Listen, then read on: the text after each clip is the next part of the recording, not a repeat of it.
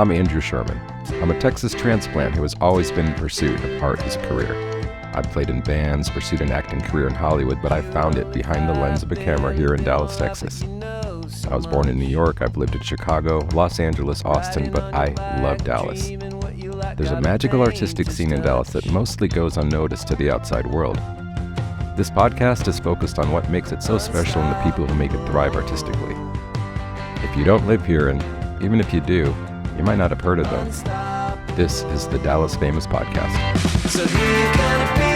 Who you gonna be when you're all grown up? This week on the Dallas Famous Podcast, it's The Dead Thing with Kenny Withrow, Scott Johnson, and Reggie Root. We get into how bar residency turned into a decades-long Dallas tradition, what it means to channel Jerry and Bob without imitating them, and why the Grateful Dead catalog stands up so well. Plus, mark your calendars for the Dead Summit on August 15th at the Longhorn Ballroom. This is a fun one. Here it is. The Dallas Famous Podcast is supported by the Mullen & Mullen Music Project. The Music Project was created by Mullen & Mullen Injury Law Firm to champion the independent music scene in North Texas. Welcome back to Dallas Famous. We are at the Tucker Arts Projects Extras. We have a special show today. I have members of the Dead Thing. I didn't get everyone's name before I started. I don't know your last name, Reggie. Reggie Riffer. Okay, and we got Kenny Withrow and we got Scott Johnson. Now, if you've been paying attention closely, you've seen Kenny on the show, so we're not going to delve in his story as much today, but the reason we're here is because on August 9th... August 15th. August 15th. Uh-huh. I'm just going to, get all the information wrong, let you correct it, and then that'll be the way it I don't care if they're late, as long as they come sometime. Yeah, August 15th at the Longhorn Ballroom, as the hat says. Oh, nice. And it's going to be a bunch of Dead cover bands, a Bob Weir tribute, right? Yeah. Yeah, like pretty much every Dead band in town right now, it seems like. Well, actually, no. There's so many in Dallas right now, Right. But there's four of us, and then and some bluegrass is going to happen as well. He's going to do some Olden in the Way, if you're familiar with.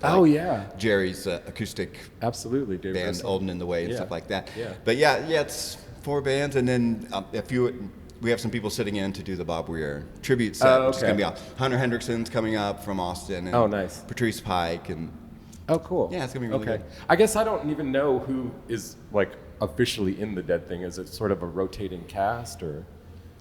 We've kind of coalesced into a kind of a unit now at this point. We have us 3, Kenny Stern on drums, Grady Don Sandlin on second drums, Mm-hmm. and Jim Cook on keyboards, and then Katie Chapman is singing with us when she can make it. Oh, nice. And that's kind of the That's the core. That's the A team, Okay. as we're calling it. I feel like I see Michael Richards plays with you sometimes too. Well, when Scott can't make it, we got a little residency going at Deep Elm Art Company on every other Thursday. I just wanted to play more and stuff like that, and we felt like we didn't want to call it the Dead Thing if Scott wasn't, or if our core wasn't going to be there, so we call it the Other Thing, which seems to make so we have this other side thing that we do called the Other Thing when we all can't be there, because we really like this unit and we want to honor this particular unit we have going right now. It's really beautiful. But yeah, the Other Thing, we have guests, Michael Richardson, and all sorts of different. We did reggae night, we did Grateful Reggae, we did Grateful Jazz, we did, that's like a side fun thing. The country's coming up, I saw somewhere. Yeah, that's a new thing. Yeah. That's Grady is a country Dead thing. Then. Okay. So it's like splintering off into all sorts. Yeah, we can't stop. It's a little bit of a fungus, yeah. That is really cool. We're spreading. Let's get a little background though. Like Reggie, are you from Dallas? I grew up in Irving. Okay. And they started a string program in 1976, and my dad had Grandpa's fiddle, which he bought from Sears and Roebuck in 1915. I still have that, but it's in pieces. I need to get it fixed some point. But I had a fiddle, and there was a man playing fiddle in the school cafeteria, and I said, well, it looks, so I joined the string program, and then I just started playing violin for the rest of my life. Okay. And were you doing complete disaster? It's a very poor career decision. Downhill from there. I could have been a plumber. Oh man. But anywho. And you started like in country, or? Well, I started in the learning easy classical right. pieces that kids can play, and then eventually we started playing more advanced pieces, and then I got a violin teacher, and then I met these guys at my junior high school who wanted to play bluegrass, you know, like Rolling in My Sweet Baby's Arms and stuff like that. And I didn't know I could improvise. So I just they said, come on, Reg, let's just try this. So I started to improvise a little bit. And I thought, well, okay, maybe I can do this. So I started playing country and bluegrass for the next 5 until I graduated high school. Okay. But anywho, long story short, I'm a local. Gotcha. And then when did the Grateful Dead come into your scope? Well, I knew about the Dead thing in the 90s. And I didn't go very often because I wasn't very smart. I didn't know what I was missing. Right. And really, my Dead experience was just the hits, you know, the famous tunes. I didn't Sure. really dive into the catalog. And then Kenny had a show come up, and he needed a bass player because the 2 studs, I think, were not available. I made That he him do usually- it. His go-to. He knew I played bass in bands before, and so he called me, and I learned a bunch of tunes for that show. And then I think 6 months to a year later, somebody decided to put the Dead thing together. But so I just kind of morphed into it. But what's been fun is I haven't done the complete learn every dang song. I've just been learning what they want to play. Sure. So I'm still learning new Dead stuff after 2 years. Right. So it's kind of fun to experiment. All of a sudden I hear the Pride of Cucamonga or whatever that. Sure. You know, Yeah. I've never heard it before because I'm not listening to every record Yeah. so I can master the catalog. You Is know? there is there a through line for your playing with the Dead music specifically? No, you know, I just have good ears. I kind of Yeah. follow what people are doing, and Right. when I don't know it, I fake it. But is there something about the Dead music that is to you like, oh, this is a different approach than what I'm normally doing? Learning this catalog has made me realize they are the epitome of American music. Yeah. Because they just cover everything but classical. Right. You know, Americans has some strong classical music, but it's not our thing. You know, our Yeah. thing is the blues, the Right, gospel, the country, the hillbilly. Right, gotcha. Appalachian style stuff, and boy, they just incorporate it, and then they reel off One More Saturday Night, you know, Burner, you know, they just do it all in Sure. popular culture music. Yeah, absolutely. I can't believe I had a joke / honest request that I forgot to start with, which is why can't you guys take my idea of opening a show with Terrapin Station? Just come out the door banging. I actually thought about that when I was putting together the set list for this show. These shows, I did remember you accosting me in the Gold Rush parking lot saying, "You opening with Terrapin tonight?" That's funny. Yeah. Oh yeah, this is not the first time I've said that. There's a history. Yeah. I get why you wouldn't, but Yeah. also nobody expects it. It's coming. I can't tell you when. Okay. I have played it in the first set. And Yeah. honestly, people were like looking at me funny. It is weird. They were yeah. like, "Wow, the Terrapin first," and I felt like we blew it. Actually, it didn't. You know, Well, yeah, the some effect people might go lasted home. about 2 seconds. They're like, "Oh Yeah. wow, Terrapin first set," and that was it. And Yeah. okay, Yeah. Well, it's almost worth it then. that's true. Maybe if you only do one set show or something. Yeah. Then maybe that's when to do it. We Classic. haven't I don't done know. that recently. It's kind of fun, actually. Yeah. Yeah. that is a How, challenge. is there certain songs that just do besides Turpin that do not belong in the first set or do not belong in the second set? Or is it not? Kinda, you know. I guess Estimated would be there. I rarely played Eyes in the first set. I certainly have put plenty of estimated eyes in the first set, but yeah, the Dead didn't do maybe an estimated, but yeah, very rare to do an eyes in the first Yeah. set Right, right. and stuff like that. But I mean, that kind of blurred. You know, Bruce Hornsby when he was in the band kind of gave Jerry shit about that for a minute about like. Is this really anything goes? He was like, there's a little bit of a formula. You know, Yeah. like, how many songs? You know, you have all these songs. Yeah. And Right. Jerry didn't take it well, honestly. He just kind of ignored the question. It's the way it is, the way Yeah. Bruce described it. in Yeah. my head. And That's funny. I just saw some interviews with Bruce that was talking about their relationship. And Uh-huh. I didn't know his whole history of joining the band and somebody because back in before the internet, we'd be in the lot and you'd be telling stories to each other Sure. and it's they're not true, but you don't know that. You know? So I'd heard that they asked him to join before Brent joined and he was like, no, I want to do my thing, and that's not true at all. You know? Right. Timelines off. Yeah, exactly. Yeah. Exactly. Scott Johnson. So let's first of all, are you from DFW? Yeah, I grew up in Dallas. Okay. And I went to Booker T. Washington. Oh, okay. Played bass and started coming down to Deep Ellum in the 80s. I think 85, maybe the first time sneak into the theater gallery to see New Bohemians, and just started playing as soon as I could. Just very energized by the scene, and Carl Finch from Brave Combo was another mentor of mine, and just really embraced the eclectic style, and had a band called Cosmic Chimp that we did a lot of crazy music, original music. One of my favorite Deep Ellum bands. absolutely. Well, these guys were in my two favorite bands. Reggie was in Mildred, and of course the New Bohemians, and I didn't miss any of those shows. And just a stellar musicianship, incredible original material. It was an incredible time. I was spoiled. I was just a teenager. I didn't know. I thought, oh, this is what adults do. This is going to be great, And it's just like, and several ups and downs later, it's just like, oh wow, what a special time that was for But us. how did music come into your life first? Just attracted to the records. Bob, my dad's a big Bob Dylan fan. Happy Father's Day, and It won't be on there, but yeah, exactly. there was in the moment we were wishing everybody. That's Happy right. Father's Every day Day. is Father's Day. So and then just attracted to the music, Dylan, Beatles, and then beyond, and then getting a guitar, and really electric bass was the first thing that really I took off from, and doors started opening, and just follow one foot in front of the other, and just doing what needed to be done in order to keep playing, and yeah.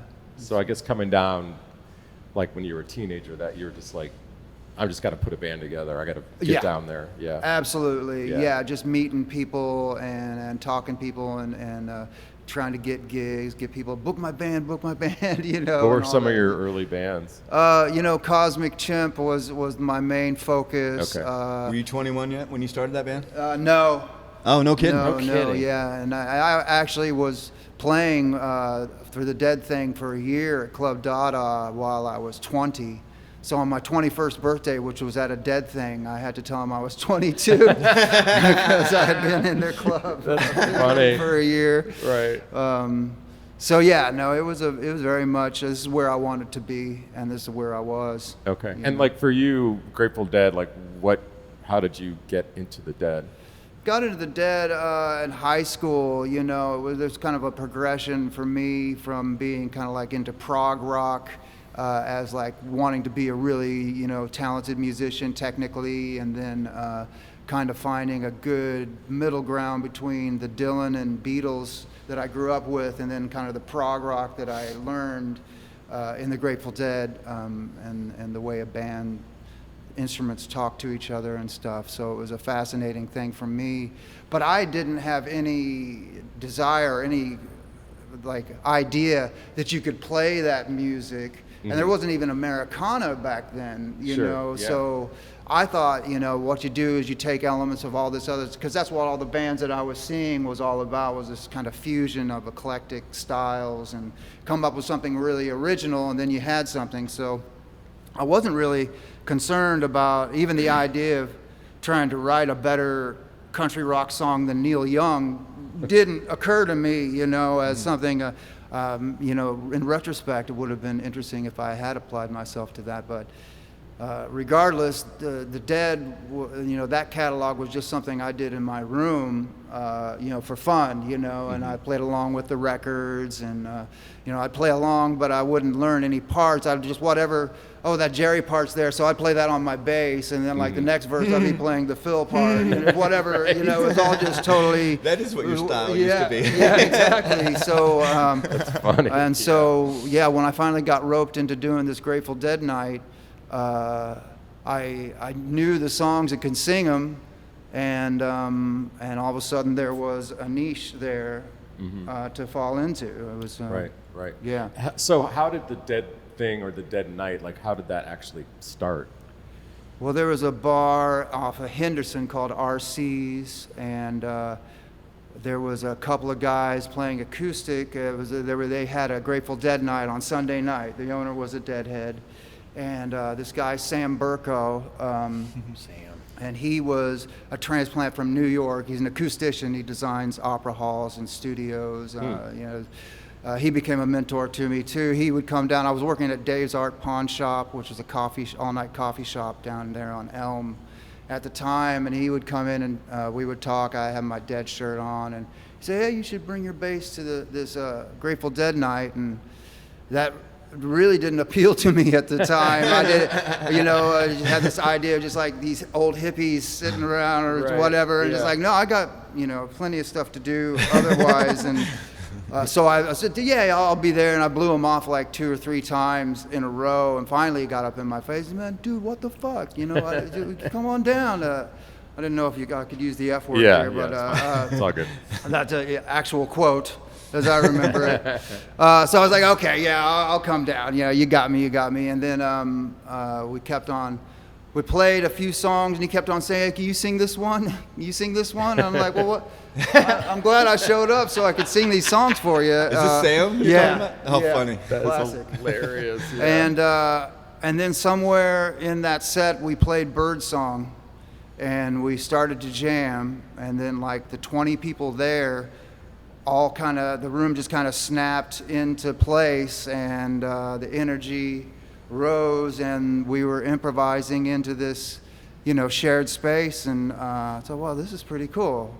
And next week there was more people, and the week after that, double. It kind of just exponentially grew, and then eventually we ran out of space at RC's, and we played for a little bit at Trees. We played a couple of gigs at Trees, trying to transplant the scene there. Yeah, I didn't know that happened. Who was It the drummer? Eric Schwartz DJing. Who was the drummer? At that time, it was Neil Hampton. Oh, Neil Hampton. Yeah, Neil Right. Hampton. So right away, we were kind of we had to kind of recruit like people that were already competent musicians, Yeah. but weren't familiar with the Dead. And through the Dead thing, they would learn to love the Dead and learn the vocabulary and stuff. So that's what was happening back then, especially. Eventually, we landed at Dada, and that came into dovetailed with Scott Parkin, who was a DJ at the Classic Rocks station, and they were originally planning to do a tape broadcast where they're going to play a show and broadcast it over the air. So we played the first get-together of that, and instead of playing the show, they said, "Well, why don't you guys keep playing?" And then we were back next week, and then it was every Saturday for 12 years. Wow. Every Saturday. Yeah. Wow. Yeah. That's amazing. Yeah. Yeah, that's actually how I met him. Yeah. It's like- Scott Parkin is a real good friend of mine, the guy who kind of invented the name and Dead thing, because they were called Wallstead. What a long, strange trip it's Yeah, been. that's right. That was and Wallstead so that at was that the point. official name of the band at the time, and the Yeah. event actually was the Dead thing, but the Dead thing just became synonymous with the band eventually. But yeah, Scott Parkin was a real good friend of mine, and he was saying, "Yeah, you should come down to Club Dada. They're playing Dead music." And I'd been invited to RC's, and honestly, I didn't understand why people would do that. I mean, Yeah. I mean, for real, you could see the Sure. Dead at that time, and like, Yeah. it's like, well, that's cool. I mean, I love the Dead. That's cool. Yeah. But And you were telling me before too how like even a cover band at all at that time was bizarre down here, right? Yeah, there wasn't any. Right. In terms of Deep Elm Yeah. didn't have cover bands. That was kind of a Greenville Avenue thing, at that Gotcha. time, Okay. And but yeah, Scott Parkin thought of the name and came down, and he invited me down, and this all was going on. I walked in the door, and Scott had a mohawk. He was jumping around the stage playing Grateful Dead, and it was just in like literally 10 seconds walking in the door. I was like, okay, we're gonna be friends, and like it was just like, okay, this is actually a real thing was happening. And Yeah. Sam, who he's talking about, he was kind of really super smart guy, and kind of a. He was kind of the Captain Trips there for a minute Yep. at Club Dada. Yep. And he was really gracious, invited me to sit in a few times and stuff, and he kind of moved on, and things changed several times. I eventually got to play with Scott, and we kind of called them terms, because you would kind of do service in Right, elected for a Exactly. second term of the Exactly. Dead thing. Yeah. Funny. Yeah. But we played in it together, and then we moved up to Seattle together for about 3 years, and then came back and did another term in in the Dead thing. Yeah. So we for years and years, and it's just different Yeah. folks. And one of these days, we kind of want to do a reunion where everybody who's played in it just get everybody and do Yeah. a nice reunion. We tried to make it happen at Club Dada, but new owners didn't quite understand. Like Right, they're like, right. "We'll give you a couple hours." It's like, well, that's not really That's gonna. not going to cover it. Yeah. Yeah. Well, that's why the Longhorn show is going to be great. It's just Absolutely. nonstop. Wait, before we get to that though, how did you find yourself in the Dead Thing, and what was your introduction to the Dead Thing itself, Reggie? Oh, Kenny called me, and Okay. we just started. We did that one show. It was like a benefit for It was for Todd. Yeah. Todd. Oh yeah. Dead And Kennedy show. it was at the Deep Ellum Art Company. Yep. And I thought, this is really well, I hadn't played bass since the 90s. Except here and there. Just Yeah. I think I played bass on my brother's country record because we couldn't find a decent one. Now he's got calluses. Look at him. Well, so it was exciting for me to pull the dang thing off the shelf, and try it. And plus to do something completely out of my wheelhouse. Yeah. I needed a challenge because I was bored out of my mind doing the same shit over and over. Sure. And I sobered up. I was a big drinker for 30 something years, and then I just stopped writing songs. When I sobered up, I got nothing. I Yeah. got nothing. I And I don't can know feel why that, that is. So this is like perfect for me. I'm learning an entire catalog of Americana that really moves me. There are nights. I mean, all the songs are fun and great. There are some songs where you just like, wow, was I part of something special or what? Yeah. Yeah.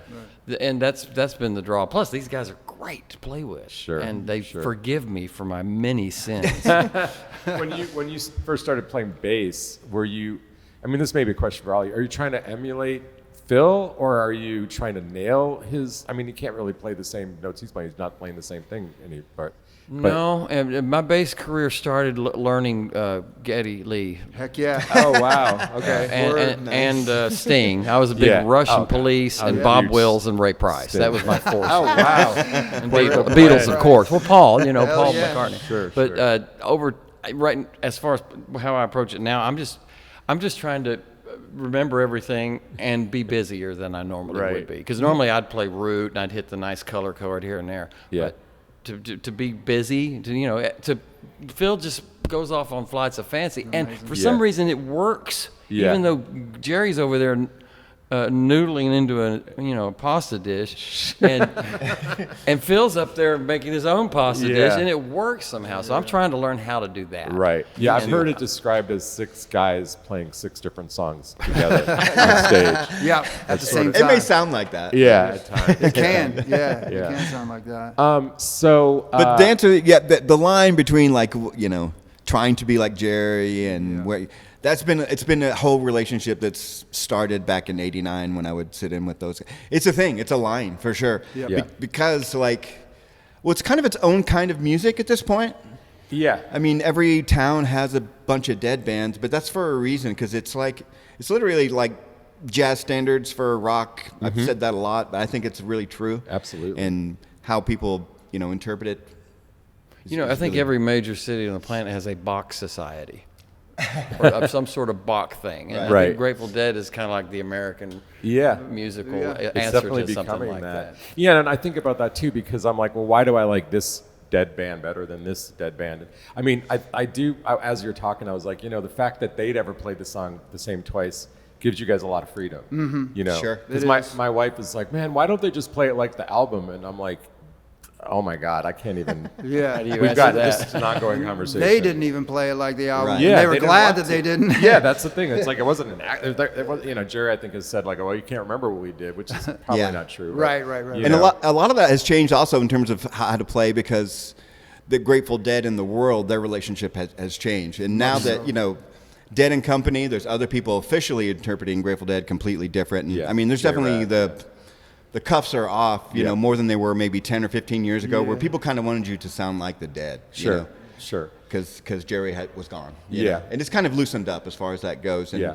It's been a minute. there's a lot of personality.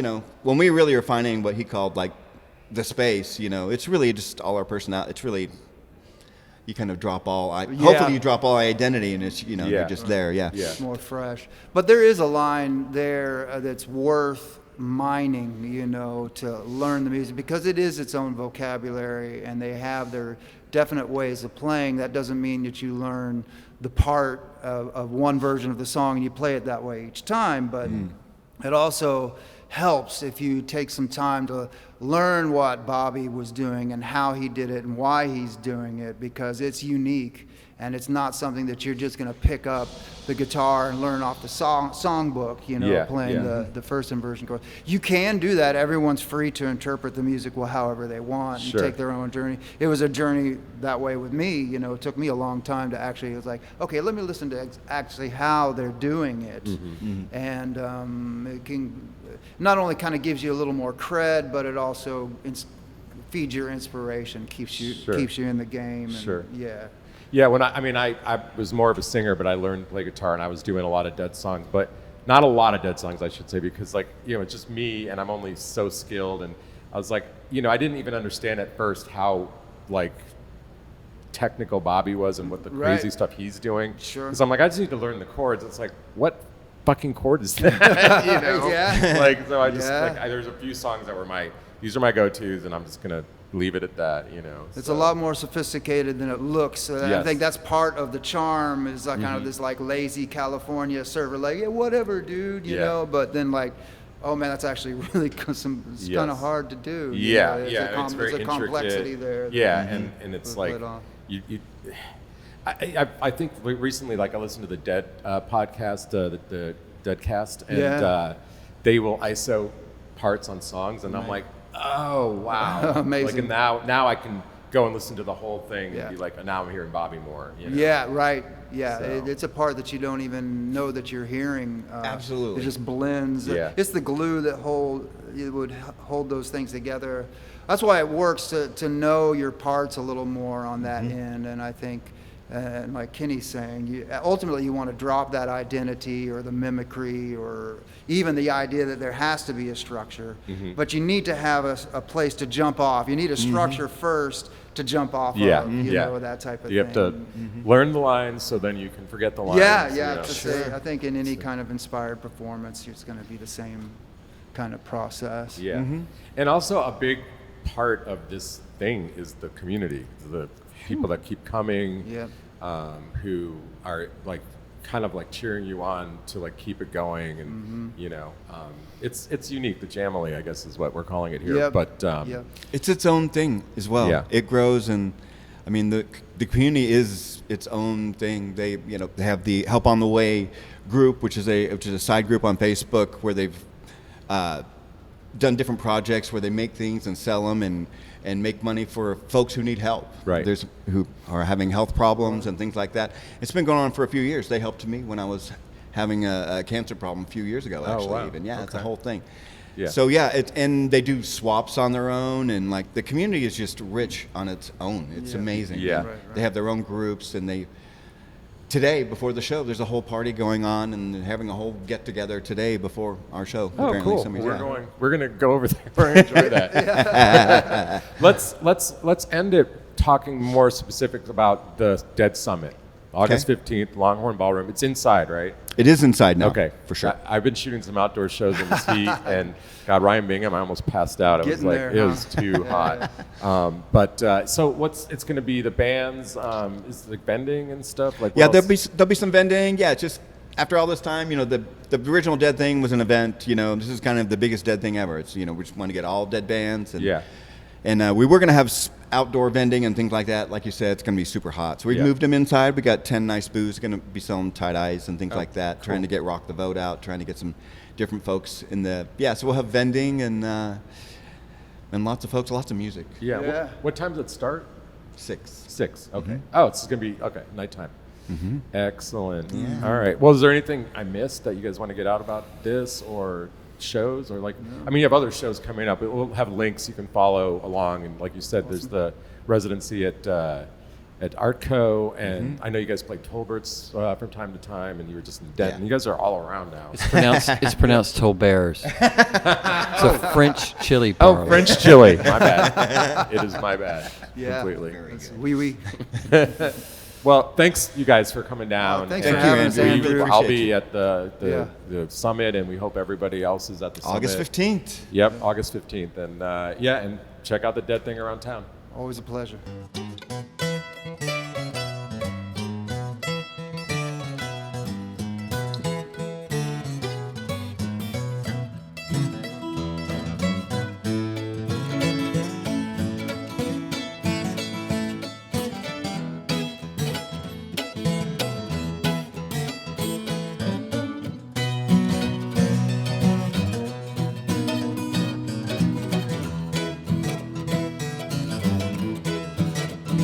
When you go down to Deep Ellum, keep your money in your shoe.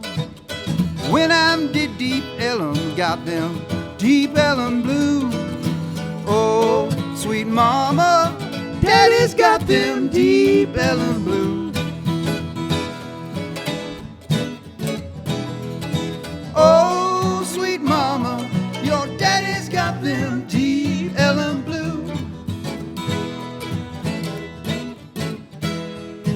Once I knew a preacher preached the Bible through and through. Went down to Deep Ellum, now his preaching days are through. Oh, sweet mama, daddy's got them Deep Ellum blues. Oh, sweet mama, daddy's got them Deep Ellum blues.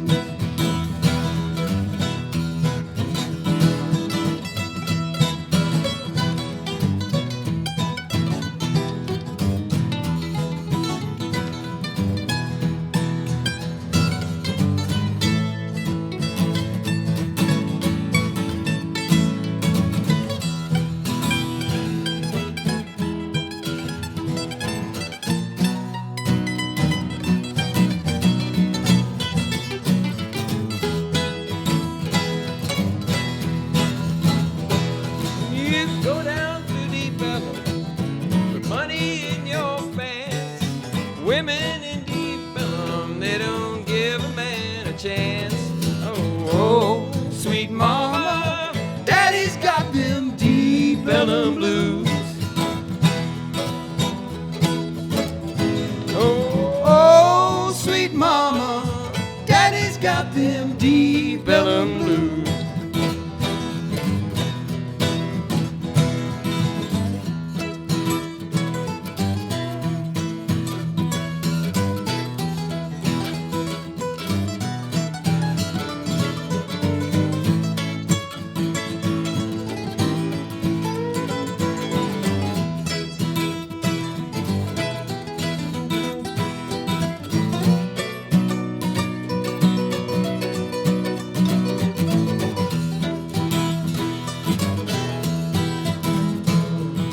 Once I had a girlfriend, Lord, she meant the world to me.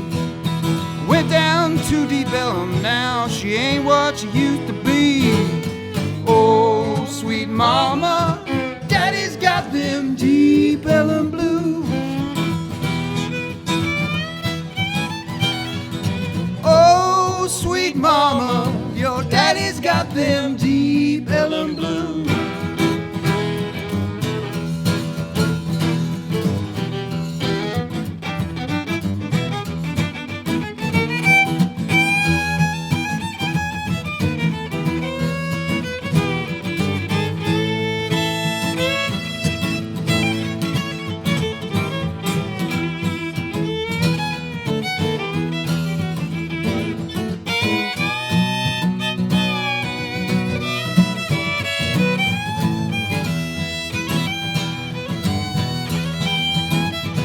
When you go down to Deep Ellum to have a little fun, get your $120 ready when the policeman comes. Oh, sweet mama, daddy's got them Deep Ellum blues. Oh, sweet mama, your daddy's got them Deep Ellum blues. Oh, sweet mama, your daddy's got them Deep Ellum blues.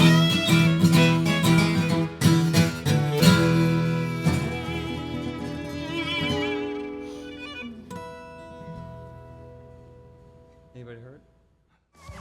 I'd like to thank the Dead Thing for joining me today. Don't forget the Dead Summit, August 15th at the Longhorn Ballroom. Thank you to the wonderful Tucker Art Projects Gallery for allowing us to record there. Theme song Unstoppable by Salim Narala, and the outro is The Place to Be by Electric Ants. Thanks again to the Mullen & Mullen Music Project for their support. Like, subscribe, and share the podcast, and we'll see you next week.